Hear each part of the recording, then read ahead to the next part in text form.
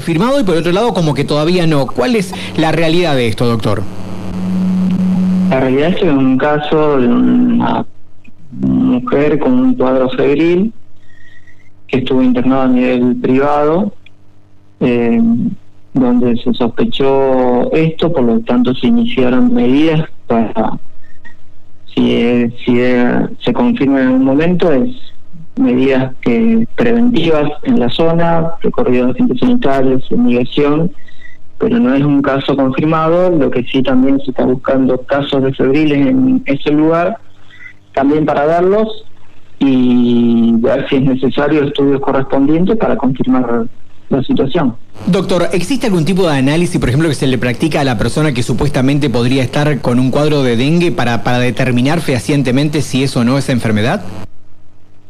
Sí, en caso de ser así, si el médico sospecha de un caso, se llena una planilla especial de síndrome febril, donde se recaba datos del inicio de síntomas, qué síntomas tuvo, dónde vive, se saca muestra de sangre, eso se envía a Epidemiología de Paraná para confirmarlo o no, y de esa forma se obtiene un diagnóstico fehaciente de la situación. Doctor, esto se hace en forma...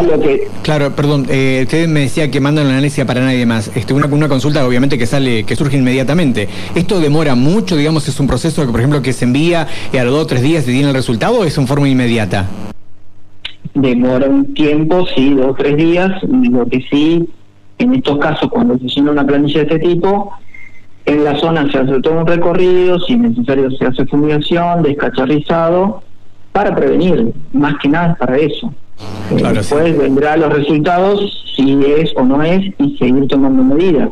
En caso de no ser, no estuvo de más el descacharrizado, no estuvo de más los controles, pero y si es positivo, con más razón se hace más incentivo el recorrido y los controles como para ver que esto no se sigue propagando.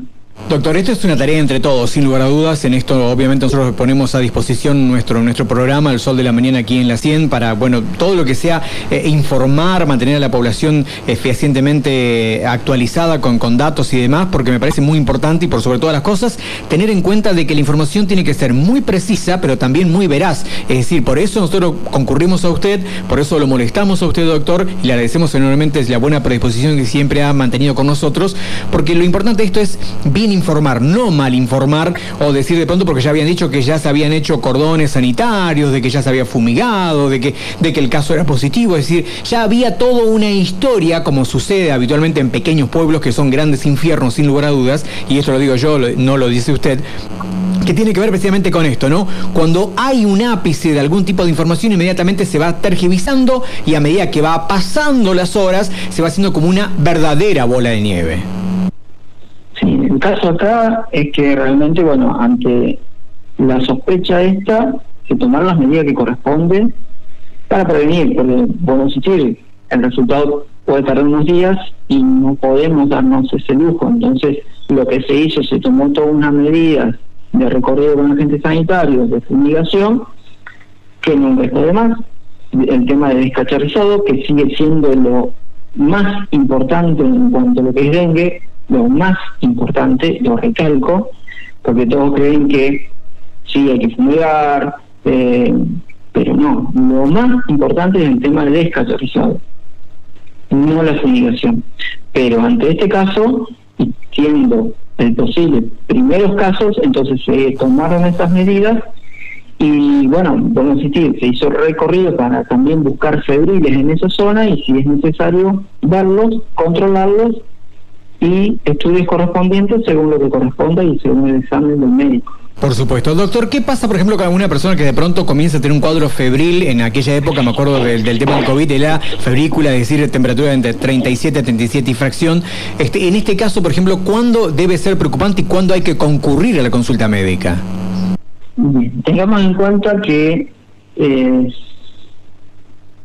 enfermedades como el COVID, como la gripe, sigue estando entre nosotros, que son cuadros que también dan fiebre. Si dentro del cuadro febril aparecen síntomas respiratorios, difícilmente se dengue. esto también lo tengo que recalcar. Importante. Entonces, si dentro del cuadro febril de la persona hay cuadro de tipo respiratorio, que es moco por nariz, tos, dolor de garganta, difícilmente sea dengue. Si el cuadro febril no está acompañado por cuadro respiratorio, uno lo que tiene que hacer es consultar a su médico. Vuelvo a insistir, el tema de las medidas preventivas son muy importantes, como el descacharrizado en su hogar y en la zona. El tema también de desmalezar es muy importante, y no automedicarse. Lo que podrían tomar en caso de cuadros febriles es paracetamol, sería lo ideal, pero concurrir a su médico como para, o a la guardia, como para poder sacarse las dudas y, si es necesario, hacer los estudios correspondientes. Doctor, el ibuprofeno está contraindicado en esta situación, ¿no es cierto? En el caso del dengue, lo indicado es paracetamol. Eso es lo indicado. Hay situaciones especiales, quizás el paracetamol no baja y demás. Eso lo tendrá que ver el médico, que evalúa al paciente. Sí, el profesional, sin duda. Pero lo indicado es el paracetamol. Doctor, muchísimas gracias por su atención. Bueno, nos colocamos a su entera disposición para lo que usted amerite que sea necesario comunicar.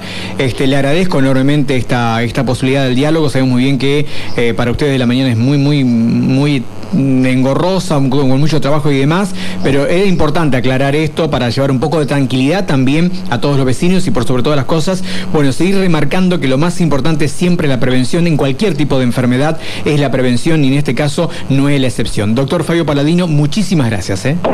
Gracias a ustedes y a disposición para lo que necesiten. Muchísimas gracias. Un fuerte abrazo, doctor. Abrazo, hasta luego.